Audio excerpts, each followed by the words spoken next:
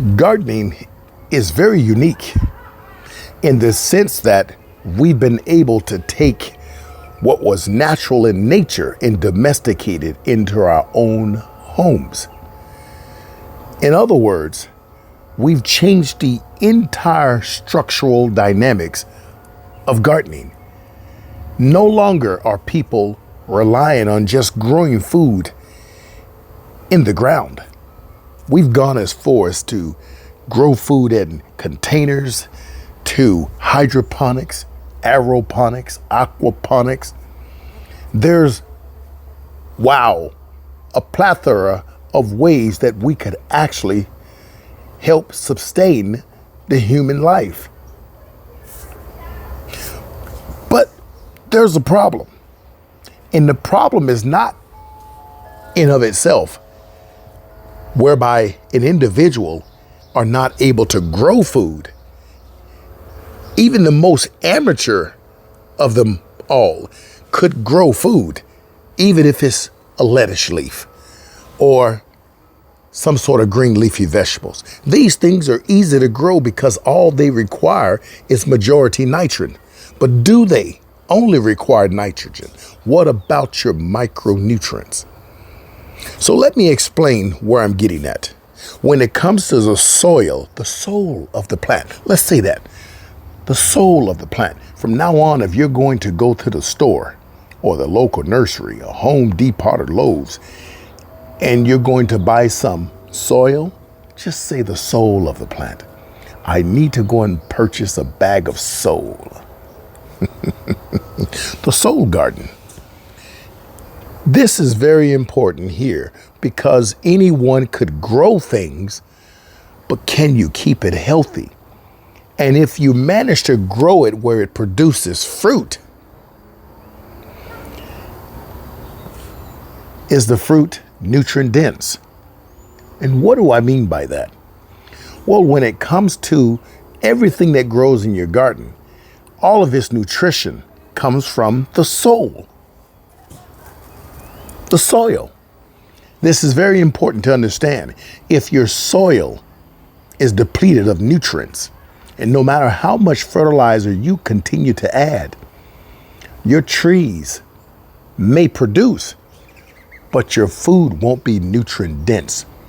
In other words, you have unhealthy food. And most people will never think about this level of concern. This is very concerning.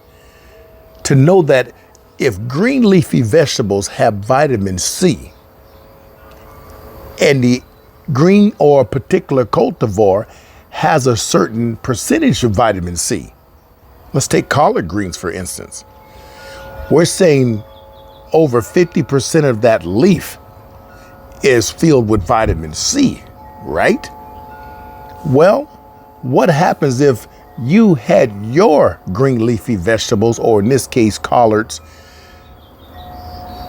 looked at by a scientist, or maybe in this case, my case, UC Davis, and they looked in to see exactly what is the nutrient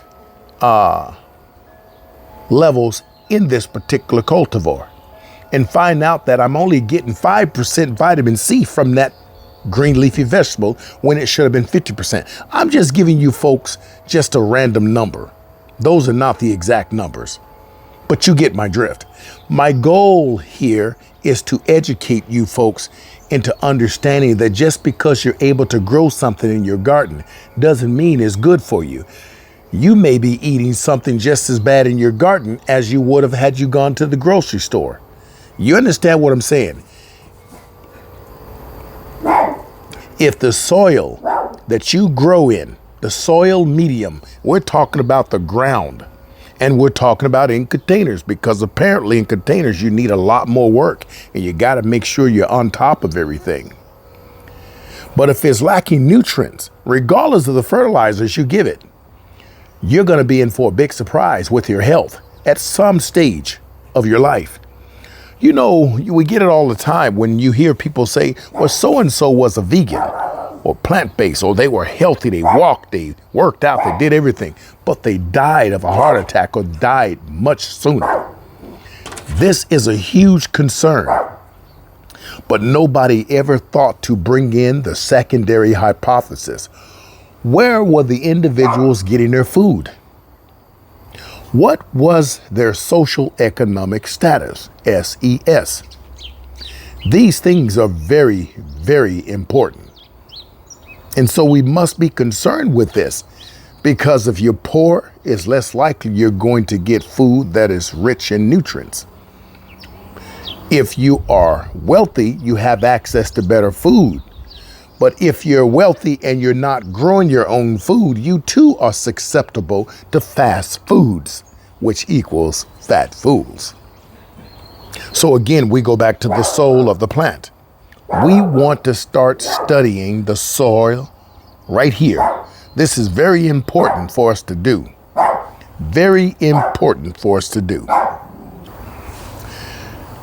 This is very, very important, because the soil or the soul, we have to understand, how do we start to take care of it? You see, just like humans, if we don't take care of ourselves spiritually, we're going to be doomed. We're going to make more mistakes than we'd like. Most of us are going to fail at almost everything we do because we forgot about the foundation. There's a foundation first. We're not physical beings with the spirit. We're spirits in a flesh, or spirits with the flesh.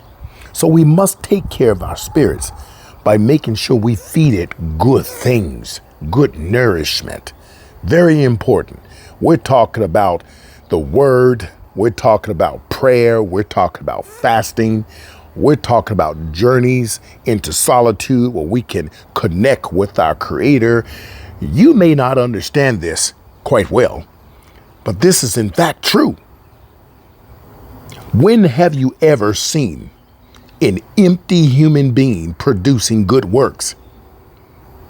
When have you ever seen a defiled individual producing good fruit? I never. I'm pretty sure you haven't either. So it comes down to when you start to understand the soil biology, the structure, the many different communications from the mycelium to mushrooms, and how mushrooms start to form on your soil where there's decaying matter such as wood chips, bark, anything that was previous live.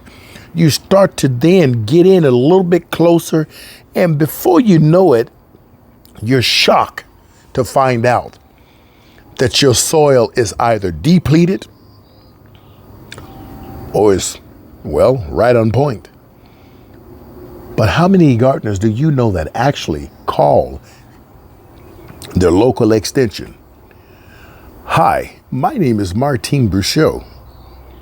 I'm looking for an agent who could help me resolve my soil nutrient problem.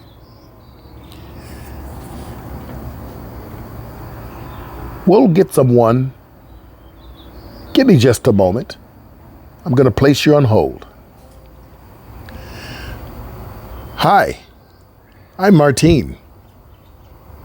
Now I know it doesn't go like that. I know it. But to be honest with you, I'm Martin Bruchot. I need someone to come down and give me a soil analysis test. I live in a blah, blah, blah area and blah, blah, blah here. Okay. $50? Could I pay for that ahead of time? Because the price is going to vary. Okay, sure, that'd be great. I'll make sure all dogs are put away. Okay. And how do you exactly run the test? We actually run the test in several different spots throughout the garden because, the nutrients can change from area to area. And we'll give you a percentage based on the average or the standard or what's normal, what is expected to have a thriving garden. Hey, I have a lot of containers. Would you do that in containers? No, only the ground because you're left to do that in the containers. So how many gardeners you know that actually would call their local extension? In some states, it's actually free. Why wouldn't you take advantage of that opportunity? Anyways, on part 2, we're going to start studying the soil, because a lot of you are getting into the off-grid life, or maybe you just want to just take your property and just revamp it and just make it in a grocery store. There's nothing wrong with growing your groceries. I promote and I approve that. Grow your own groceries. But before you grow your own groceries, know your own soil. And in order to know the soil, I tell you what, I'm going to show you folks how to finally feel good, how to finally put yourself in a better stance with the Most High. I'm going to show you how to connect with Him. Just as Adam was placed in the garden and connected with the Father, well, I too was refined through the same process. At least I hope so. Until next time, stay tuned. And we'll come back with part 2, where we're really going to start breaking things down.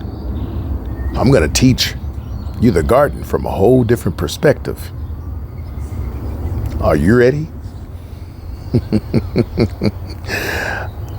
I certainly am. And I'm thrilled to pass the information on to you. Until then,